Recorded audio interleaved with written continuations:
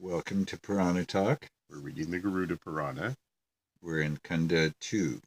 Khanda 2, Chapter 26, Sapindikarana.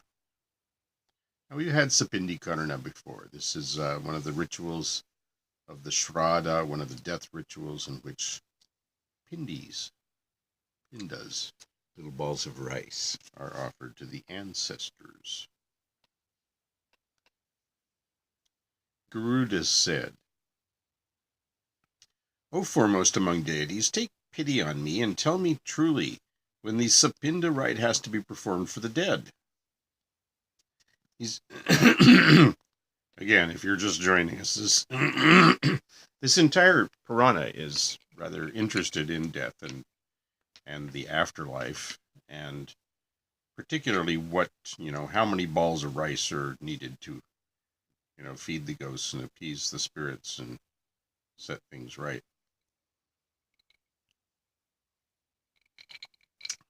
It's White Russian night. Oh, yeah. Hey, I gotta let go every now and then. Kick back.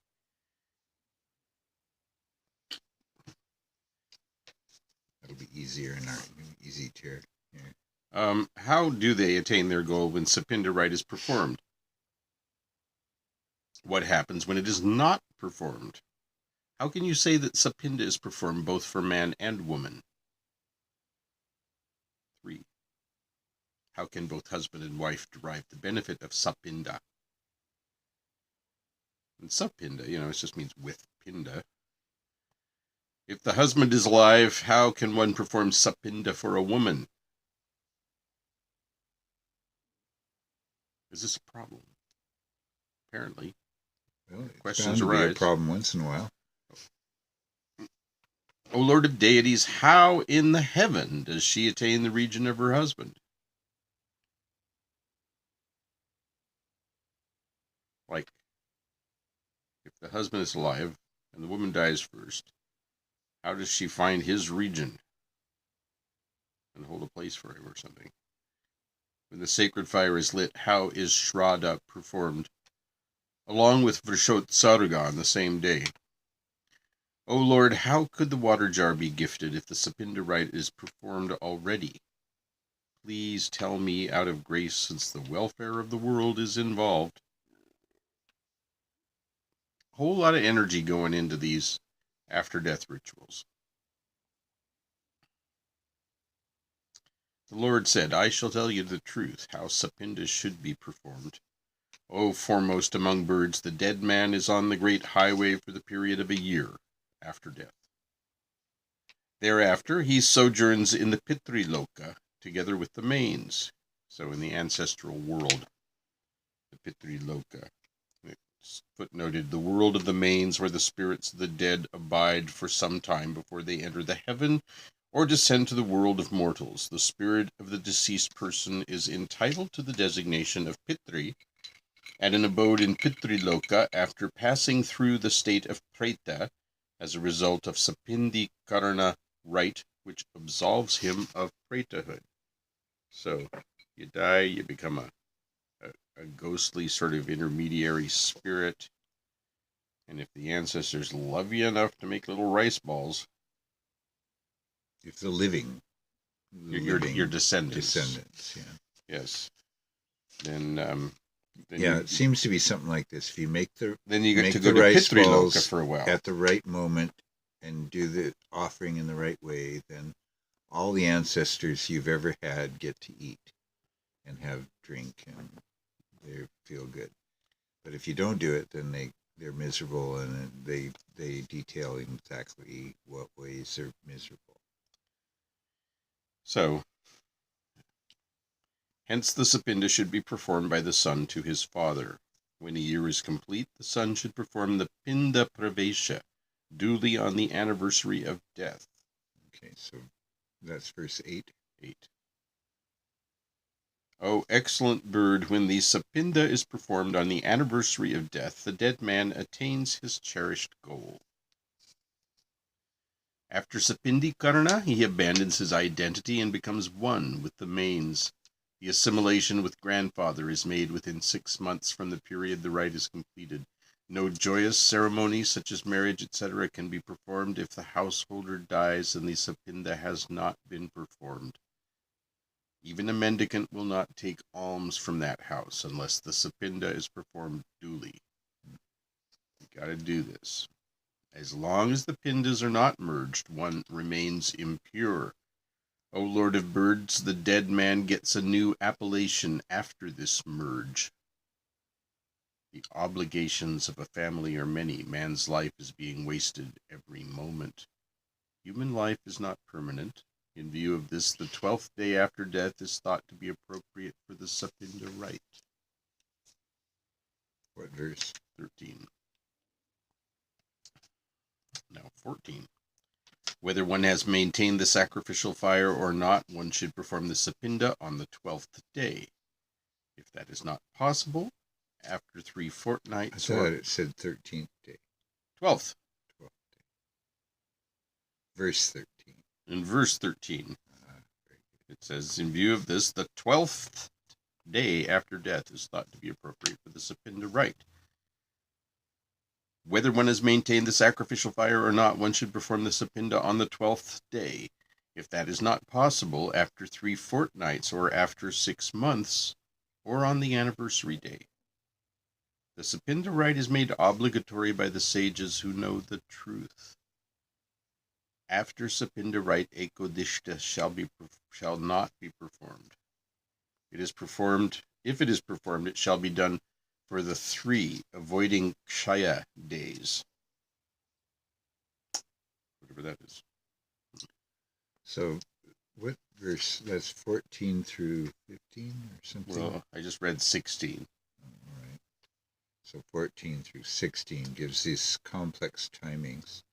After Sapinda rite, Ekodishta shall not be performed. If it is performed, it shall be done for the 3, avoiding Kshaya days. Ekodishta is not performed for the 3, father, grandfather, and great-grandfather. Tantamounts to a slaughter of Pitris. Ekodishta, if not performed for the 3, is tantamount to a slaughter of Pitris, ancestors. You're killing your ancestors here. Who are dead, by the way. Okay. It's like, if one is unable to perform the 3 separate Shraddhas, one shall perform all the 3 on the same day, which is not the Shraddha day of the grandfather. If the day or month of death is not known, Parvana and not Ekodishta Shraddha is recommended. If the body has not yet been evolved, no Shraddha is enjoined for him together with the other mains. If the 16 Shraddhas are performed, he is released from Pretahood, acquires the status of Pitris, and rejoices in their company. So what you're talking about is the individual that died gets to be one of the ancestors at some point. Yeah. And that's what they're trying to qualify for. And essentially merges with the and ancestors. What is necessary is that they be remembered consistently. Like, I feel like, some... You're getting this? What? Well, I'm just trying to make sure that they're understanding what they're talking about. Because they're dead too. Oh, I suppose. They're alive too. They wouldn't be watching. So there it goes. Oh, you mean them? Them. Yeah, well.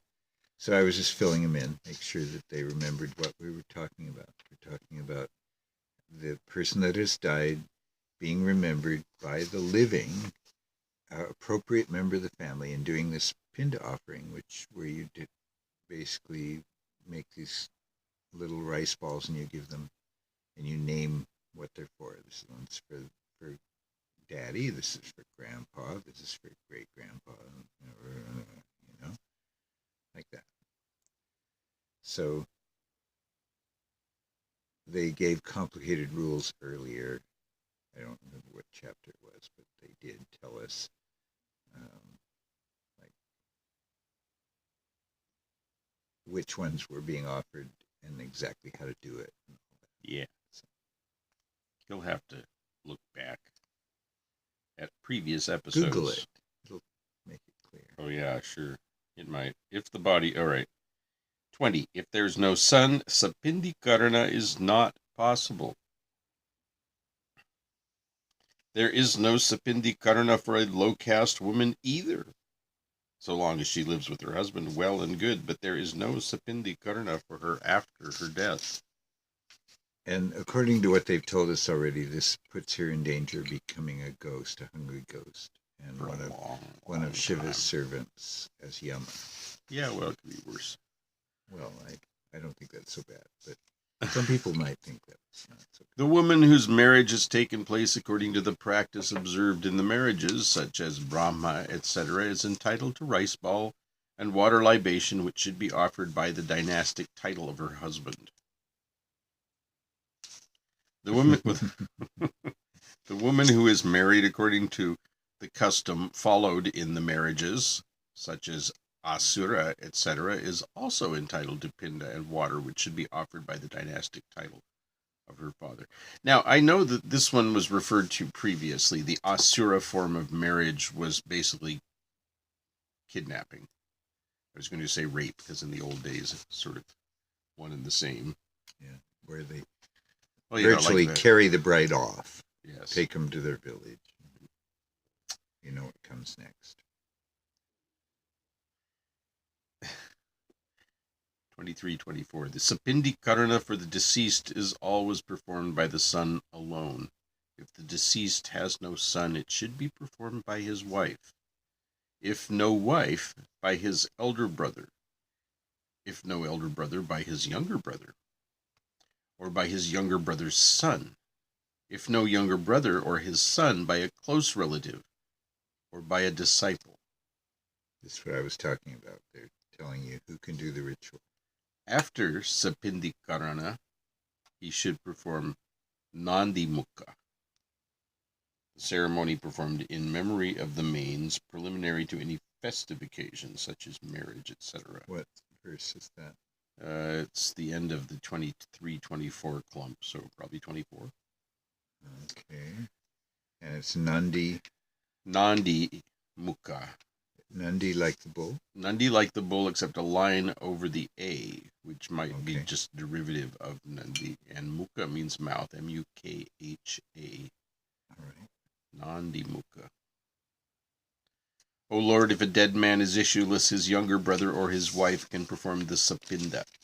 According to Manu, if among many brothers in a family only one has a son, that son is common to all brothers.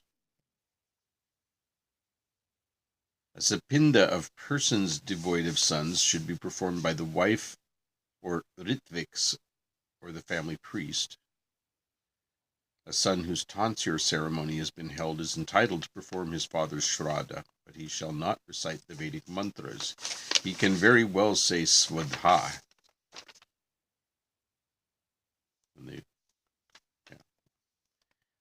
29. A woman's sapinda can be performed by 3 persons, beginning with her husband, i.e. husband's son or husband's brother. Either always men, seems like. Preferably, yes. This is similar to Judaism in their traditional rules about who can say Shiva. In this case, Shiva has nothing to do with Shiva. No, it has everything to do with Judaism.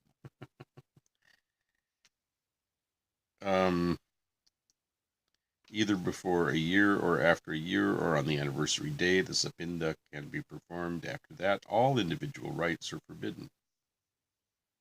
After Sapinda, all individual shraddhas are avoided. He who gives separate pinda virtually kills the pitris. Again, you're killing your ancestors. What verse is that? 31. When Sapindikarana is performed, a separate shraddha for each main is not enjoined. If a separate shraddha is performed, the Sapinda rite should be performed again. If after performing Sapinda anyone performs Ekodishta, he makes himself and the dead man victim of Yama's wrath. Up to a year, the rite for redemption from ghosthood should be performed under the specific name and gotra by the householder. The water jar offering, feeding, gifts of light, etc., after the Sapinda rite is over, should be made in a single unit. O bird, the Brahmin officiating in the first annual Shraddha should be given the cost of water pots and other articles, if water pots and other articles are not given, after being fed. After the Pinda offering has been made, he should gift as much of foodstuff to a Brahmin as would last for a year. A person for whom all due rites are performed shall obtain a divine body and will proceed in the divine aerial car, fully contented to the realm of Yama. If father is alive, no Sapinda rite is performed to the dead son. No Sapinda is performed to the woman whose husband is alive.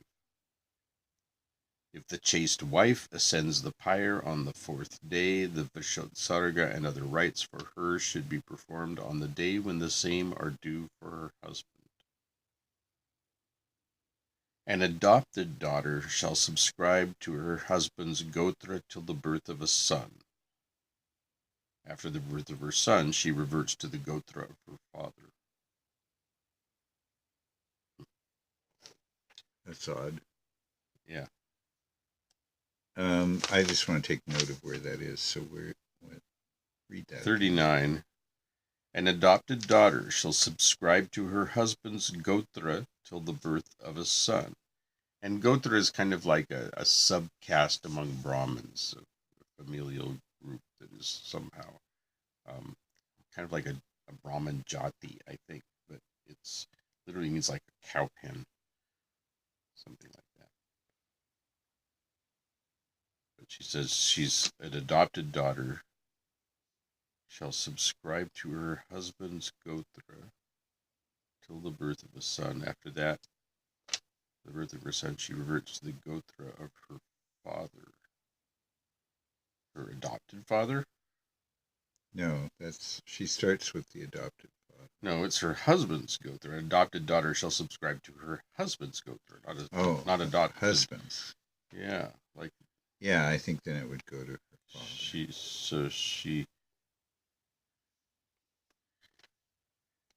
Ritual minutiae, minutia, if you will.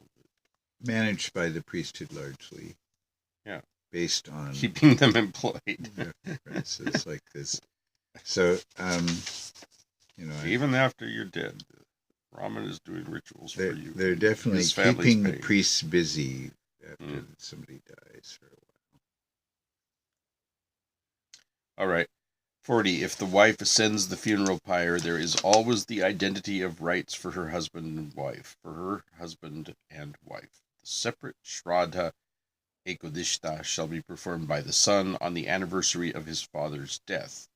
If both husband and wife die on one and the same day, without a child, and are cremated in the same pyre, the kinsman should perform separate Shraddha for each. The Sapinda is along with her husband. The Shraddhas are separate, the Sapindas are together. If they die on the same day, boy. This is my sworn statement. Like, who does Vishnu swear to? Swear to me. Swear to Shiva. This is my sworn statement that if anyone offers separate pindas to the deceased couple, husband and wife, he is not affected by major sins at all. Ooh, there's an incentive. So offer separately to each person that died, and all's good. Can never offer too much, I guess. If both husband and wife die and are cremated in the same pyre, food is cooked for pinda at the same time, but pindas are offered separately. This separate offering is enjoined only for a year. Vishotsarga, Navashraddha, the first annual offering on the day of death, and the 16 separate Shraddhas, the Padadana, footnoted the gift of Padas. I wonder if that's, I don't know. Pada is like feet, but they might mean a paduka or something, sandals. Major gifts are offered separately for a year. The dead person will be satiated forever. If two persons, men or women, of the same gotra die on the same day, the altar for the ritual is common for both, but the offering of gifts is separate. So this isn't married people, just two people in the village. The shraddha performed on the 11th day should consist of the same kind of cooked food in the case of husband and wife, but not in the case of others. If shraddhas are performed in holy centers, in the dark fortnight, or during the period of lunar or solar or lunar eclipse, the same cooked food can be used for many shraddhas. If a woman is burnt along with the corpse of the husband, the fire burns out the body, it cannot burn the soul. Just as the impurities of metals are removed when metals are melted in fire, so the woman shall remove her impurities in the air, in the fire that is on a par with nectar. So here again, it's praising sati. Yeah. Assuming a divine body in heaven, both of them attain purity, just as the oil in the metallic vessel can be heated but not burnt to ashes by fire. So also cremated along with her husband, she cannot be reduced to nothing. Her soul remains immortal, though it is merged into the soul of her husband. That's interesting. 50 and 51. Yeah. If she is separated from her husband and dies elsewhere, she cannot attain the region of her husband till the day of final deluge. Pralaya. The whole universe at the end of a kalpa is destroyed. Okay. Leaving off her mother, father, and sons, she will attain an everlasting happiness by following her dead husband. Calculating by the celestial calendar, she shall stay in the heaven for 35 million years with the stars. At the end of that period, she is born in a noble family, where she will be highly delighted in the company of her husband, since she has remained chaste throughout. For a long time. If a woman who is married duly according to religious rites does not associate herself with her husband, she will remain miserable for 7 births subsequent to this. She will be evil conducted and repulsive in speech. The woman of such a despicable character who goes after another man, leaving her own husband, shall be born as a lizard or an alligator or a leech. So a little moralistic dogma going there. You think? Mm-hmm. Hence, a woman shall endeavor to serve her husband in thought, word, and action, and follow him in life and death. A woman who commits sins against her husband, alive or dead, shall never get a husband in her rebirth. She will be the most unfortunate creature among women. It's assuming she gets reborn as a woman, too. Is that the one thing that goes from birth to birth? By not thinking of anyone else and by serving her husband with devoted attention, a woman shall derive half the merit of her husband achieves by the worship of God, half the merit her husband achieves by the worship of God, propitiation of the mains, and hospitality to guests. So by serving him, as she should, appropriately to her womanly status, she gets half the bennies, the big bennies, the eternal immortal ones. So, I mean, you could say it's not a bad deal.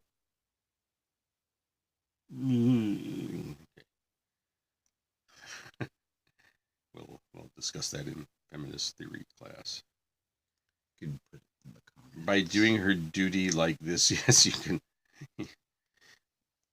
toast my cookies in the comments if you want to say. I'm just reading and interpreting. So. It's interesting. No, I think it's very, very interesting. The role that women are given. and the kind of conflicting roles that women are given. That both, I mean, it's the, they're very high or they're very low in a sense. Yeah, exactly.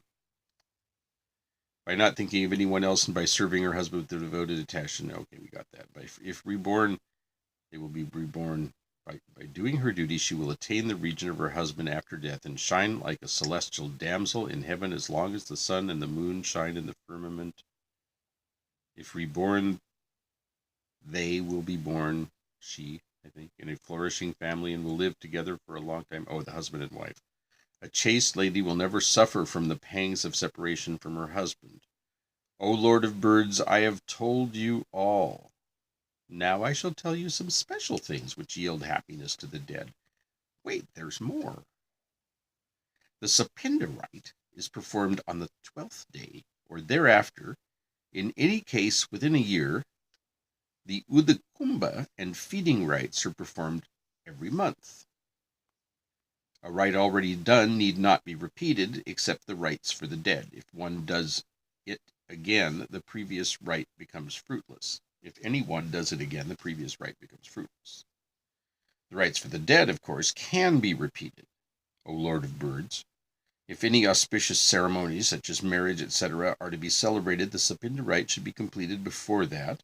A son who performs Sapinda rite according to the rules shall offer monthly pindas as well, together with feeding the Udakumba rites. So they don't want the kid to get married for a year after the parent dies. That's what they're saying, because there's pinda rites to do for a year. Okay.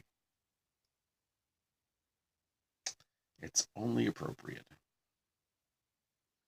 So, a mourning period, basically. Yeah. It's just the end was just sort of recapping some of the stuff it had told us over already. Well, this whole chapter sort of. Well, there's a lot of repetition, for sure. But that's why I was recapping a little bit, just in case somebody only saw this one. Ooh, we get a story next time. In chapter 27, it's going to be the episode of King Babaruvahana. Oh boy, something to look forward to. Yeah. Yay! Well, it's been fun exploring death with you. Yeah. We'll explore life next time, perhaps. You never know. The Puranas go everywhere. Yeah.